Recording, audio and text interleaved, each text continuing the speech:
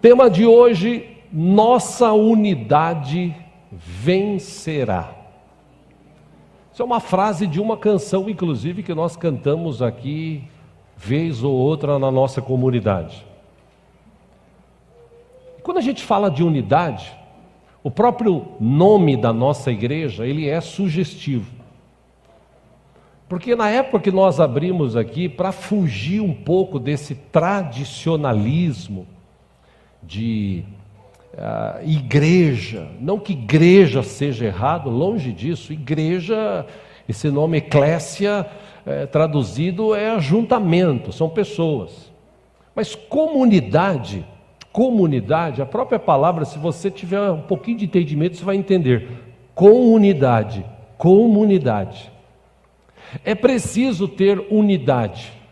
Uma das coisas que o inimigo mais luta para destruir, seja em qualquer instância, em qualquer relacionamento, é a unidade. O diabo não gosta de ver pessoas unidas.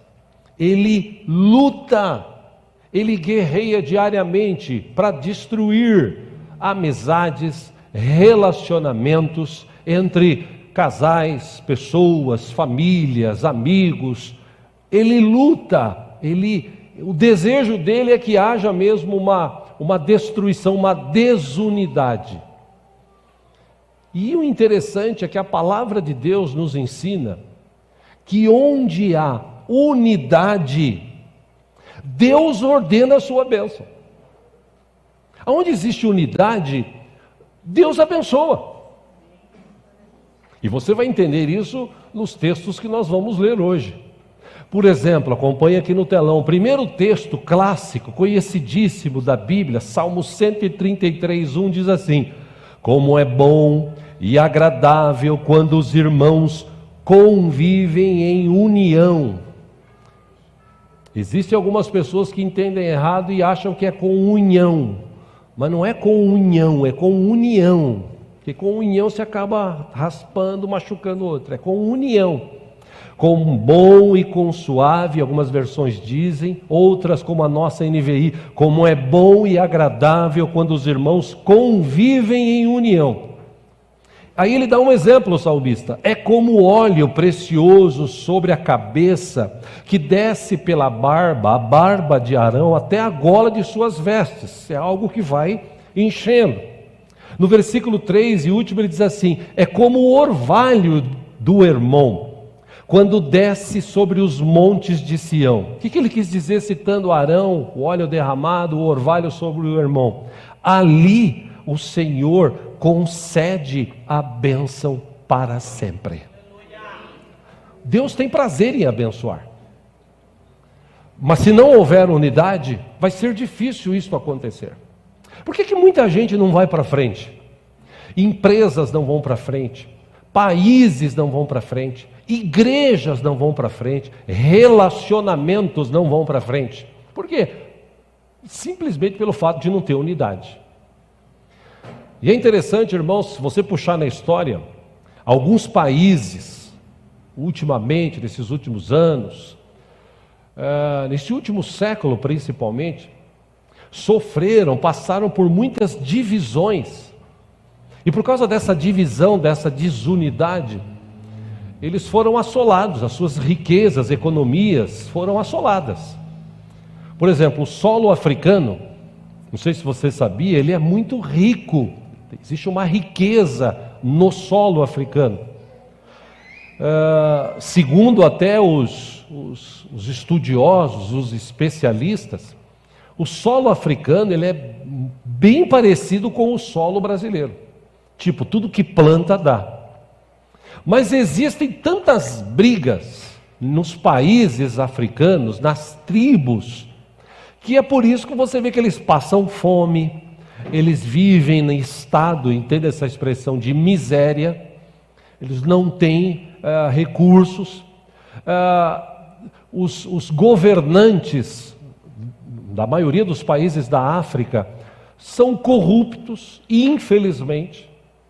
Isso é passível de você entender porque várias organizações, ONGs mundiais, Um dos nossos irmãos que a gente conhece do Veredas, o João Pedro da Simone, certa vez a gente conversava e ele foi para a África nesses últimos, antes da pandemia, pelo menos 3, 4 anos, eles foram diretos ministrar o seminário Veredas lá. E ele disse que 70% do que se manda para lá não chega para as pessoas. O governo pega os soldados, polícia, governo, eles roubam tudo, principalmente quando é dinheiro. Então, por isso, por causa dessa falta de unidade, os países africanos, a maioria deles vive em crise, vive em guerra. A Coreia, vocês sabem, ela dividiu-se anos atrás. Uma parte se tornou a Coreia do Sul, chamada Coreia do Sul, e a outra parte a Coreia do Norte. Eu já trouxe esse dado aqui, acho que 2 domingos atrás. Você deve ter recebido um vídeo de uma pastora coreana que está no Brasil, dizendo que a Coreia do Sul, há 50 anos atrás, era um país subdesenvolvido, meio que escravizado pela Coreia do Norte. Eles se dividiram. A Coreia do Norte se tornou um país comunista. A Coreia do Sul se tornou um país assim, cristão ao extremo. E um país que ora muito. Nos últimos 50 anos, os cristãos da Coreia do Sul oraram, clamaram ao Senhor, unidos, para que tivesse a possibilidade da bênção do Senhor vir se instalar naquela nação. Hoje, 2022, a Coreia do Sul, que é um país pequeno em relação ao Brasil, é a 10ª economia mundial. Passou o Brasil, inclusive. Por quê? Porque quando o povo se une, quando o povo tem algo em comum, ora, busca, a bênção do Senhor é acrescentada. As Alemanhas, elas se dividiram anos atrás. A Alemanha chamada Oriental e a Alemanha Ocidental. A Alemanha Oriental se tornou algo meio também comunista na época. A Alemanha Ocidental, mais vida do Ocidente, mais liberdade. Essa divisão, anos atrás, das Alemanhas, trouxe para eles destruição, guerra, e a economia acabou. Depois de um tempo agora, talvez 20, 30 anos atrás, eu não me lembro da data precisa, havia um muro, que era chamado o Muro de Berlim, que era um muro imenso, enorme, que ninguém podia passar de um lado para o outro. E se passasse, geralmente, para a Oriental, era morto. Mas eles chegaram à conclusão que essa divisão trouxe só malefícios. Então eles entraram em acordo de paz, eles se uniram novamente, foi destruído este muro e hoje a Alemanha é uma grande economia do mundo também, muito desenvolvida, simplesmente pelo fato deles se unirem.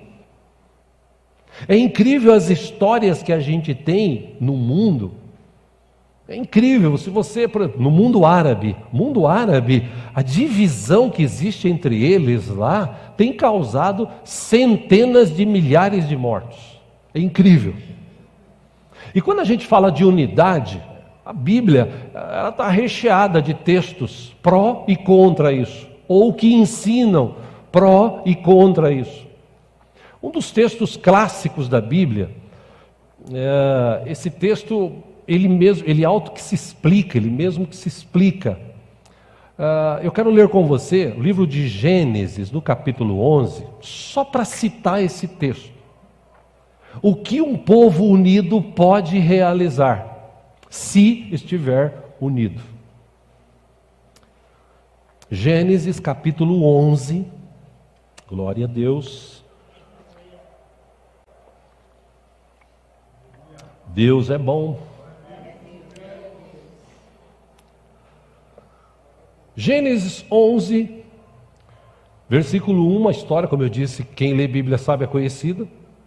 Diz assim: no mundo todo havia apenas uma língua, um só modo de falar. Versículo 2: saindo os homens do Oriente, encontraram uma planície em Sinear e ali se fixaram. Versículo 3: disseram uns aos outros: vamos fazer tijolos e queimá-los bem. Olha a estratégia: usavam tijolos em lugar de pedras e piche em vez de argamassa. Versículo 4: depois disseram: olha, vamos construir uma cidade com uma torre que alcance os céus. Assim nosso nome será famoso e não seremos espalhados pela face da terra. Versículo 5: o Senhor desceu para ver a cidade e a torre que os homens estavam construindo. 6: e disse o Senhor, olha que interessante, eles são um só povo e falam uma só língua.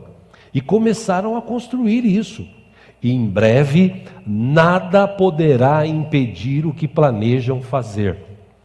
Versículo 7: venham, desçamos, confundamos a língua que falam, para que não entendam mais uns aos outros. Versículo 8: assim o Senhor os dispersou dali por toda a terra e pararam de construir a cidade. Versículo 9: por isso foi chamada Babel, porque ali o Senhor confundiu a língua de todo o mundo. Dali o Senhor os espalhou por toda a terra. Só até aí. O que se aprende nesse texto? Meu irmão, Deus criou o ser humano. Qual é a ideia de Deus quando criou o ser humano? Como eu disse há pouco, homem e mulher, constituição de família. Nessa constituição de família, se amarem, se respeitarem, serem unidos. E esse povo, alguns deles, chegaram num determinado lugar falando assim: vão fazer aquilo que a gente quer fazer. A gente quer tornar o nosso nome muito conhecido, a gente quer aparecer, a gente quer crescer. Existe alguma coisa de errada nisso? Quando a pessoa começa a pensar e querer ser melhor do que os outros, maior do que os outros, aparecer mais e tal, é muito perigoso. Foi tão perigoso que Deus desceu dos céus, olhou e falou assim: os caras estão fazendo o que querem, a gente precisa intervir nisso daí. Não é esse o nosso plano para eles. Eles podem até crescer e tal, mas não é assim. E eles estão assim porque eles falam só uma língua. O que aconteceu? Deus trouxe línguas diferentes, eles começaram a se desentender. Veja que interessante, começaram a falar uma língua diferente do que eles falavam. Aí, quando ele escutava alguém que falava mais ou menos o mesmo idioma, ele se unia, o outro ouvia o outro e tal, e ali eles se uniram, falou: bom, já que a gente não está falando mais a mesma língua, vamos cada um para um canto. Deus agiu estrategicamente aqui, entenda essa expressão, para quebrar essa unidade deles, que não era uma boa unidade. Eu estou te citando esse texto, porque Deus interviu nesse caso. Agora, a unidade, ela vem de Deus. Você deve ter notado aqui que Deus falou assim: desçamos. Por que Deus falou desçamos? Isso aqui mata essa teologia mentirosa de que Jesus não é Deus, o Espírito Santo é só uma força que Deus mandou. Não, Deus é Pai, Filho e Espírito Santo, e os três ao mesmo tempo são um, eles têm essa capacidade. Por isso que Deus falou: desçamos, nós três, nós somos unidos, vamos lá fazer a obra. Lá no começo, em Gênesis, quando Deus diz assim, haja luz, o que aconteceu? Houve luz. Por quê? João, em capítulo 1, ele disse: o verbo, a palavra se fez carne e habitou entre nós. Jesus já estava lá no princípio, na criação, quando tudo foi criado, segundo o texto, por Ele e para Ele. Ou seja, Ele tem todo o poder, Ele é Deus. Então Deus interviu nessa situação específica aqui da Bíblia, e eu acho legal porque está registrado na Bíblia. Se Deus permitiu que fosse registrado, é para a gente aprender alguma coisa. Agora, existe essa unidade da igreja, do povo, das pessoas, que nós precisamos preservá-la. É interessante, se você, como eu disse, eu não sou de falar de política, mas é interessante o que está acontecendo no Brasil e no mundo hoje, é que as minorias, elas são tão unidas que elas conseguem afetar a vida da maioria que é desunida. Porque se a maioria fosse unida, e parece agora que o povo no Brasil e no mundo está despertando para isso, para essa unidade, quando o povo é unido, não existem limites. Por mais que tenham governantes que mandem, que falem, o povo unido, já dizia aquela frase, jamais será vencido. E o diabo sabe disso. Por isso que ele luta contra. Durante a história bíblica, a gente vê textos, e mais textos, e mais textos, e mais textos. Eu quero pegar uma história aqui para ilustrar essa ministração de hoje. Por exemplo, vou ler o primeiro texto aqui, depois nós vamos ler juntos na palavra. Em Josué capítulo 1, versículo 16, acompanhe aqui, o texto diz assim: então eles responderam a Josué: tudo o que você nos ordenar faremos, e aonde quer que nos enviar iremos. Nós estaremos juntos. Você falou, você é homem de Deus, Deus está com você como estava com Moisés. Se Deus realizou milagres através de Moisés e levantou você, Deus vai levantar então gente aqui disposta a fazer a obra dele, e Deus vai nos tornar vencedores, Deus vai nos capacitar. Então, Josué, aonde você falar para a gente, nós estamos juntos, nós vamos lá e vamos fazer para a glória do nosso Deus. E uma das histórias fantásticas que a Bíblia diz, quero ler com você agora, Josué, abra a sua Bíblia no livro de Josué, capítulo 6. Glória a Deus. Josué, capítulo 6, versículo 1. O texto diz assim, eu vou adiantando: Jericó estava completamente fechada por causa dos israelitas. Ninguém saía nem entrava. Versículo 2, então o Senhor disse a Josué, olha o que Deus falou para ele: saiba que entreguei nas suas mãos Jericó, seu rei e seus homens de guerra. Versículo 3, marche uma vez ao redor da cidade com todos os homens armados, faça isso durante 6 dias. Versículo 4, 7 sacerdotes levarão cada um uma trombeta de chifre de carneiro à frente da arca. No 7º dia, marchem todos 7 vezes ao redor da cidade, e os sacerdotes toquem as trombetas. Versículo 5, quando as trombetas soarem um longo toque, todo o povo dará um forte grito. O muro da cidade cairá e o povo atacará cada um do lugar onde estiver. Versículo 6, Josué, filho de Num, chamou os sacerdotes e lhes disse: levem a arca da aliança do Senhor. 7 de vocês levarão trombetas à frente da arca. 7, e ordenou ao povo: avancem, marchem ao redor da cidade. Os soldados armados irão à frente da arca do Senhor.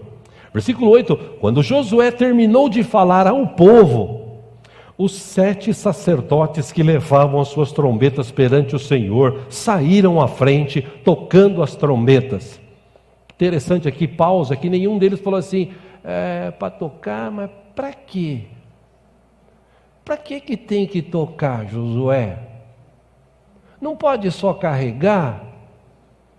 Por que tem que dar 6 voltas, uma por dia, Josué?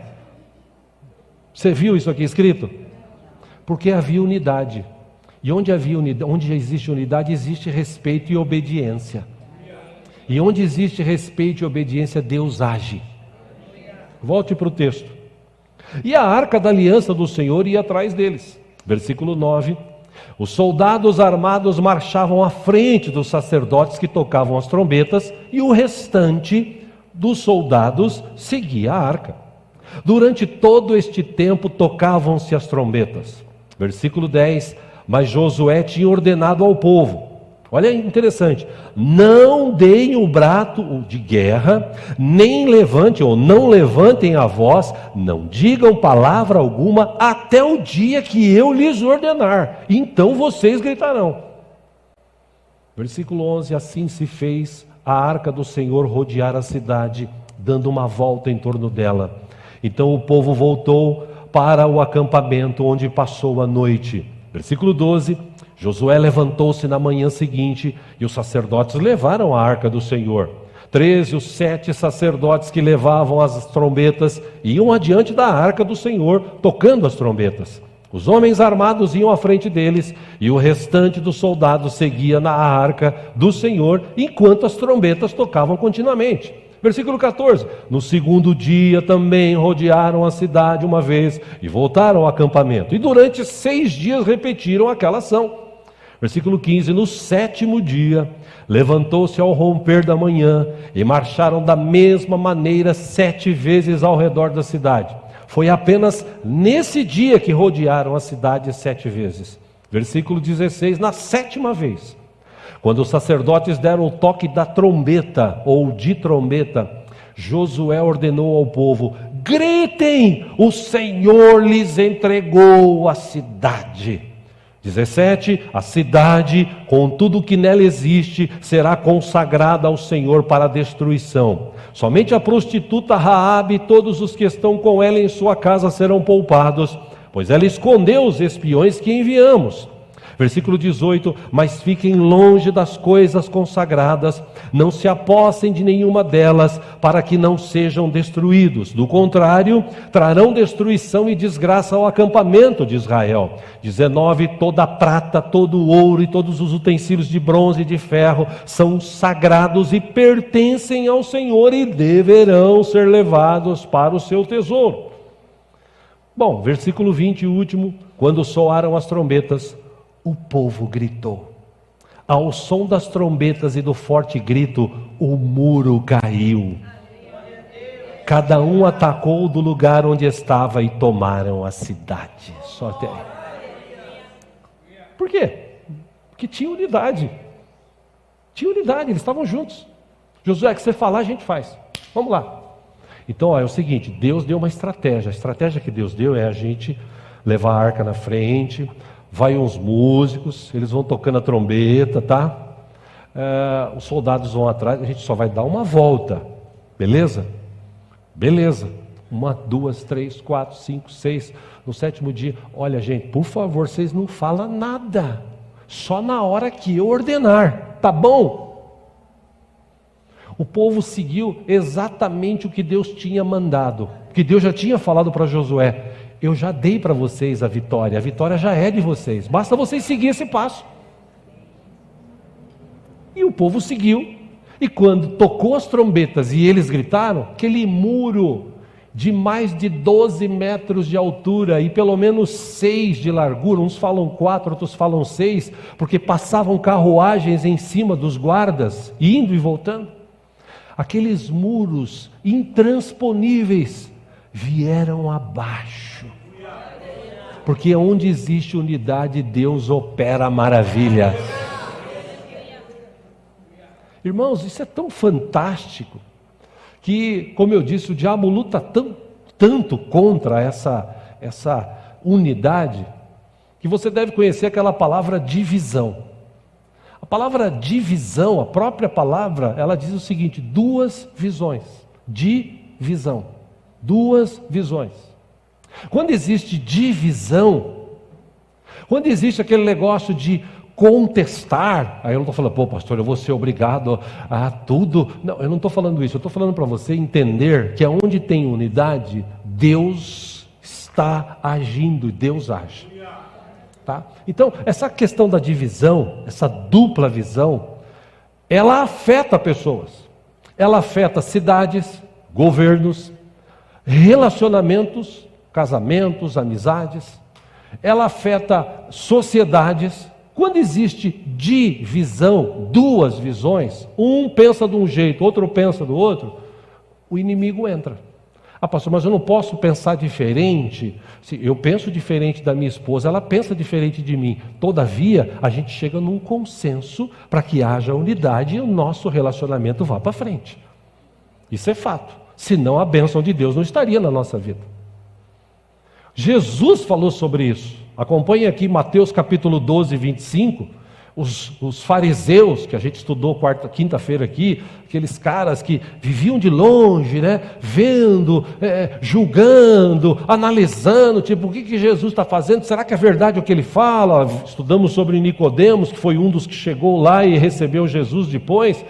Esses caras, eles chegaram em Jesus, viram Jesus fazendo milagres, aí eles pararam e falaram assim: esse cara aí, ele faz essas coisas aí, mas isso acho que não é de Deus não, isso aí é do capeta. Vamos lá para o texto aqui, acompanha aqui, Mateus capítulo 12, 25. Jesus, conhecendo os seus pensamentos, disse-lhes: todo reino dividido contra si mesmo será arruinado. Toda cidade ou casa dividida contra si mesma não subsistirá. Aí Jesus fala para eles, porque Jesus conhecia os pensamentos dele: se Satanás expulsa Satanás, está dividido contra si mesmo. E como então subsistirá o seu reino? 27. E se eu expulso demônios por Beelzebu, por quem os expulsam os filhos de vocês? Por isso, eles mesmos serão juízes sobre vocês. Mas se é pelo Espírito de Deus que eu expulso demônios, então chegou a vocês o reino de Deus.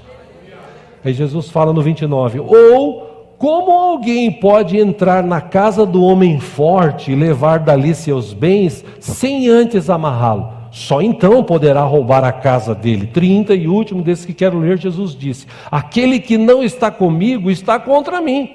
Aquele que comigo não ajunta, espalha. E é o que está acontecendo hoje, no mundo afora. Casais que não chegam mais a uma unidade, a um consenso, o que eles fazem? Se separam. Se separam aí, brigam por bens, por guarda de filhos. A gente está vendo o mundo hoje assolado por isso. Governos que não têm mais unidade, governos que foram traídos por componentes do próprio governo, que não queriam o bem, queriam o mal, estavam ali como talvez alguém mandado pelo próprio inimigo. Aí Jesus, ele diz o seguinte: casa que está dividida não vai prosperar, reino dividido não vai prosperar. Então vocês estão atribuindo os milagres que eu estou fazendo ao Satanás, ao Beelzebu. Poxa, vocês estão ficando loucos, porque se Satanás fosse esperto, ele não faria isso. Você acha que ele vai expulsar os seus próprios? Para quê?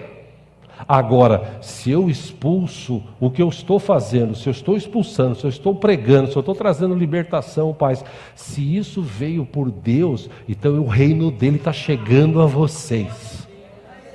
O que Jesus quis dizer? Quando vocês entenderem essa unidade, nada vai interferir, vai atrapalhar. Por que tem casais que são bem-sucedidos? Porque o marido e a mulher, eles não têm uma renda cada um, eles têm uma renda.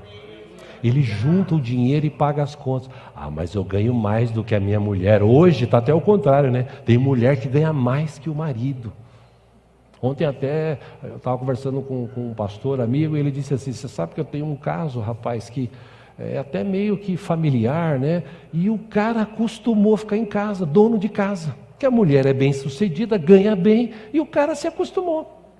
Está lá em casa, agora virou cuidador de casa. Eu falei: até o dia que ela encontrar um outro melhor, né? Que o dia que ela encontrar um cabra bom, esse aí vai dançar. Por quê? Porque não tem unidade. A minha mulher está trabalhando, eu vou trabalhar também. Eu sou o homem da casa.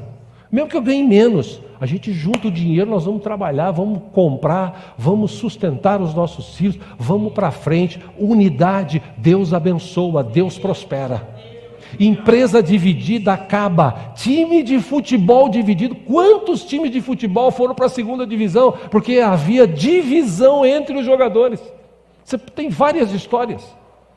Quantas empresas foram a pique? Quantos relacionamentos acabaram de amizades porque não havia mais unidade? Meu irmão, o diabo, ele é tão bom em dividir, presta atenção no que eu estou te falando, ele é tão bom em dividir, que ele conseguiu arrebanhar, quando estava no céu, 1/3 dos anjos do Senhor. Ele dividiu, sabe como? O seguinte, Deus está ali sentado no trono de glória dele, porque a ideia que a gente tem nos relatos bíblicos é que os arcanjos, os querubins, os serafins, os anjos, eles rodeavam o trono de Deus, né? Como até hoje acontece isso. Inclusive agora tem anjos, arcanjos, querubins, serafins, rodeando o trono de Deus, dizendo assim: Santo, Santo, Santo é o Senhor dos exércitos. E o diabo era um destes. Era um desses. E ele começa a passear e ver, fala: pô, esse negócio de ser Deus é bom, hein? Todo mundo, né, vai lá, tal. Eu vou fazer inclusive um trono acima do trono de Deus. Eu vou sentar acima do trono de Deus. Aí ele chama um anjo. Fala: escuta, seguinte, Deus, né, ele é bom, tal, mas não é tão bom assim, né? Porque, pô, só ele que manda, né? Só ele que sabe de tudo e tal. Que tal se a gente... Eu vou me tornar maior do que ele. Então, se você vir comigo, você vai ser o segundo cabeção ali.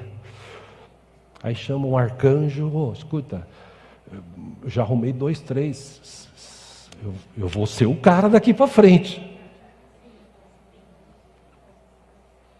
Uma terça parte dos anjos ele conseguiu tirar da presença de Deus. Olha a capacidade que esse ser tinha e tem de dividir.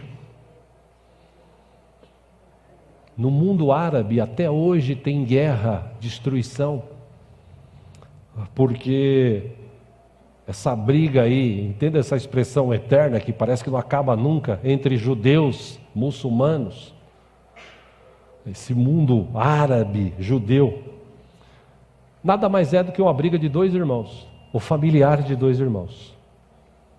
Abraão teve 2 filhos, Ismael e Isaque. E Ismael se tornou um grande guerreiro. Deus abençoou a vida de Ismael por amor à sua mãe. Mas Deus também abençoou a vida de Isaque por amor a seu pai. Essas 2 nações cresceram. Hoje elas são inimigas. Eram para ser unidas. Irmão, imagina se os muçulmanos e os judeus fossem uma só nação, um só povo.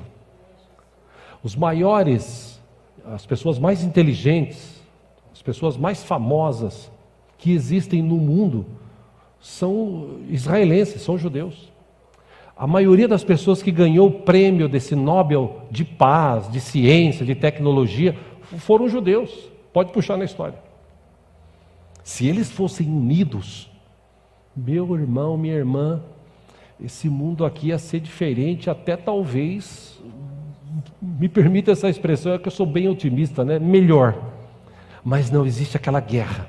Os descendentes de Ismael espalhados contra os descendentes de Isaque, ali em Israel vive aquela discussão, guerra, e esse lugar é meu, esse lugar não é teu, esse é meu, esse é teu, me dá isso, me dá aquilo, pega isso, pega aquilo, porque não tem unidade. Ou seja, para eu encerrar aqui essa ministração, é preciso haver unidade entre relacionamentos conjugais, entre famílias. Sabe, meus irmãos, tem filhos que não têm mais unidade com os pais e nem pais mais unidade com os filhos. O pastor Anésio disse ontem aqui numa ministração para os homens, algo que eu já tenho falado faz tempo, né? Mas é bom vir um de fora, que quem saiba de fora consegue falar melhor. Mas a gente antigamente cultivava o hábito dos pais sentarem à mesa com os filhos, de jantar junto, almoçar junto, bater papo. Quem mais velho aqui deve lembrar, né? Quem passou por isso aqui na sua vida? É os velhos mesmo, né? Tem jeito. Amém por isso. Experiência. E era legal, irmãos. Era legal. Que a gente orava junto. Comia junto. Né? Não tinha aquele negócio de olhar no prato do outro que era a mesma comida. Não tinha esse negócio de bife para um, ovo para outro, caviar para o outro. É porque os filhos de hoje falam assim, não gasta. Se eu falasse para minha mãe assim, eu não gosto, ela fala, não come. Ponto. Eu aprendi, inclusive, a gostar na época de bife de fígado. E tem muita gente que fala assim, credo. Por quê? Porque era o que podia comprar na época. Sentava à mesa, arroz, feijão nunca faltou. Mas carne era uma vez por semana, e às vezes era bife de fígado.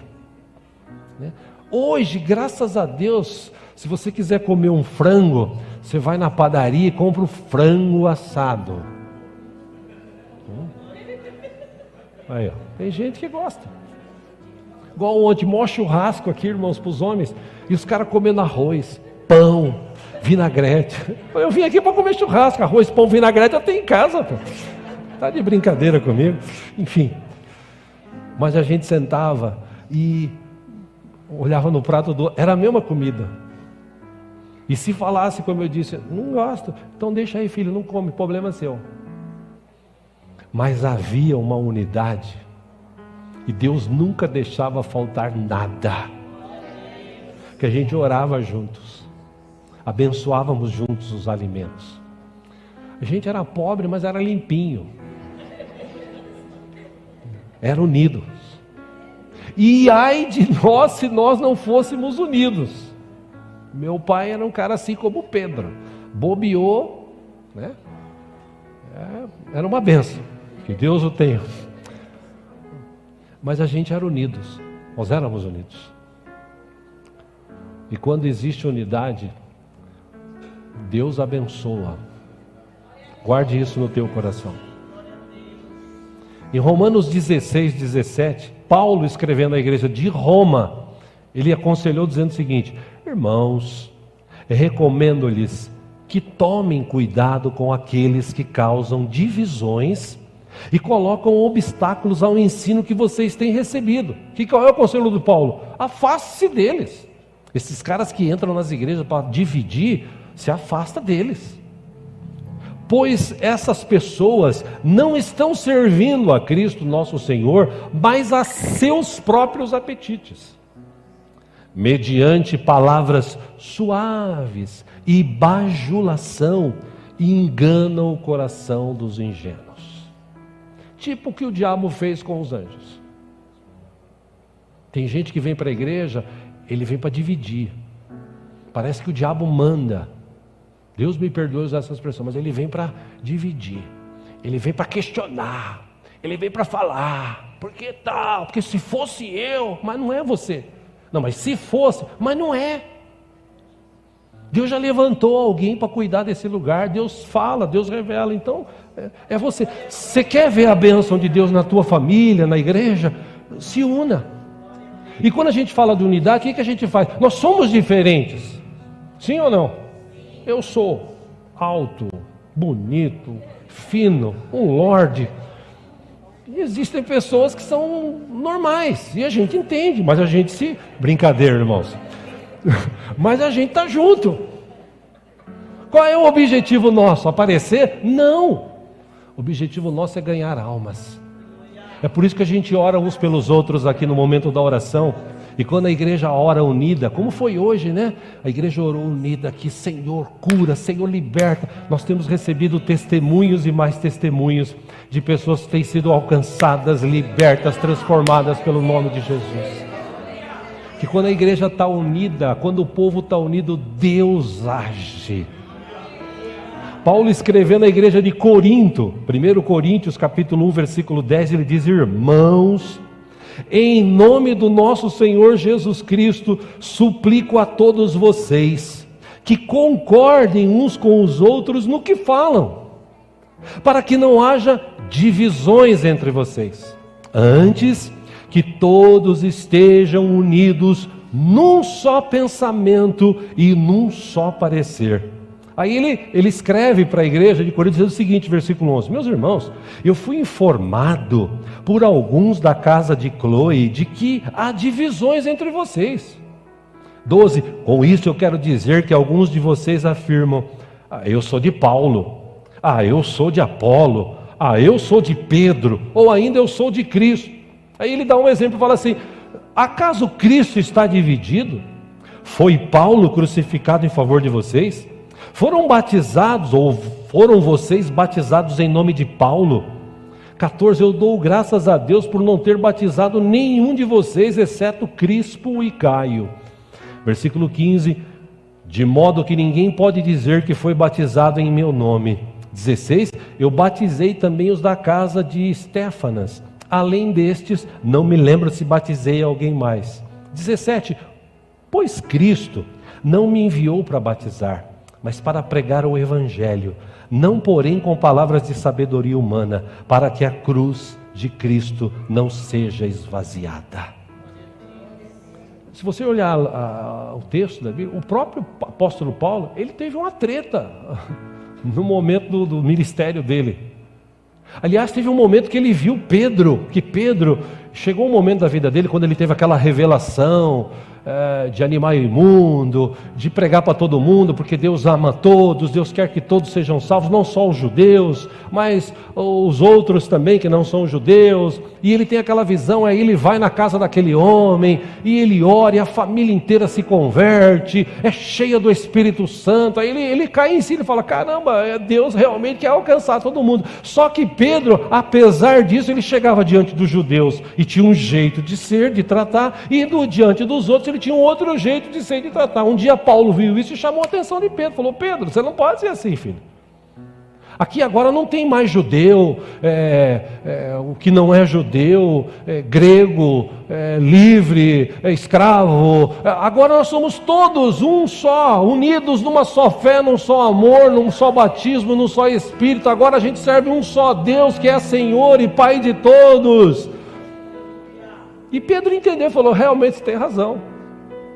Paulo teve um problema também, e depois lá na frente ele se reencontrou e falou, olha, aquele problema que a gente teve lá, de Paulo, ele queria que Marcos fosse, e aí deu uma treta, aí ele ficou bravo, levou Silas, e aí lá na frente ele se reencontrou, falou, o que aconteceu? Pô, para com isso, né? Pelo amor de Deus, nós estamos aqui para pregar o Evangelho. Como ele falou para a igreja aqui, falou, gente, fiquei sabendo que vocês estão falando que um é de Paulo, outro é de Apolo, outro... nós somos de Cristo. Não tem divisão entre nós. Nós somos uma só família. E essa família, quando unida como igreja, Deus abençoa. Em 1 João, capítulo 1, versículo 7, eu não sei se os irmãos conseguiram ali, tem esses dois textos, mas eu achei legal a versão na linguagem de hoje. Diz assim, porém se vivemos na luz, como Deus está na luz, então estamos unidos uns com os outros, e o sangue de Jesus, o seu Filho, nos limpa de todo pecado.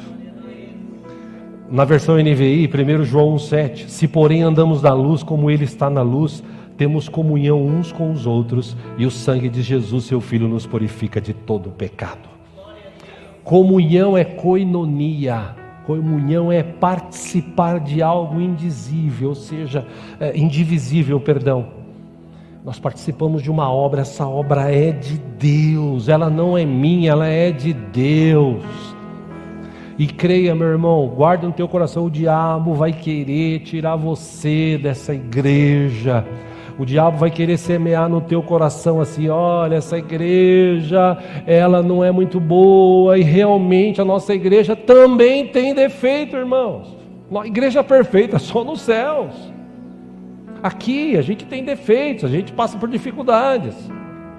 Talvez, entenda essa expressão, talvez até gente da própria igreja vai chegar em você e falar assim, porque essa igreja aqui, já passou por isso, aquilo outro. Irmão, nem dá ouvido. Ouça o que a palavra de Deus diz. A gente não pode produzir unidade. A unidade quem dá é Deus. De que forma? Ele que nos salvou. Ele que nos trouxe para a sua presença e nos chamou para servi-lo aqui. Agora, nós podemos preservar, manter essa unidade, deixando as diferenças de lado. Porque aquele aparece mais, aquele aparece mesmo. Meu irmão, tudo que você está fazendo, Deus está vendo. Ele é que vai te recompensar. Ponto. E esta unidade, para encerrar aqui, ela não é externa, essa unidade ela é interna. Por isso que Paulo, o último texto, quando escreveu para a igreja de Roma, capítulo 15, versículo 5, Ele diz assim: o Deus que concede perseverança e ânimo, dê a vocês um espírito de unidade, segundo Cristo Jesus. Para quê? Para que com um só coração e uma só voz, vocês glorifiquem ao Deus e Pai de nosso Senhor Jesus Cristo. Amém? Deus quer unidade. Onde houver unidade, existe a bênção dele. O diabo quer divisão. Onde houver divisão, Deus não age. Por isso, eu estou te falando isso hoje para você pensar aqui. Como é que está a minha unidade em casa? Com a minha mulher, com o meu marido, com os meus filhos, com os meus pais. Como é que está a unidade no meu trabalho, na igreja, com os meus amigos, com os meus familiares, como alguns chamam de parentes, né? Eu não gosto muito dessa expressão, eu gosto de chamar de familiar, porque faz parte da família, né? Enfim, esse é um conceito meu.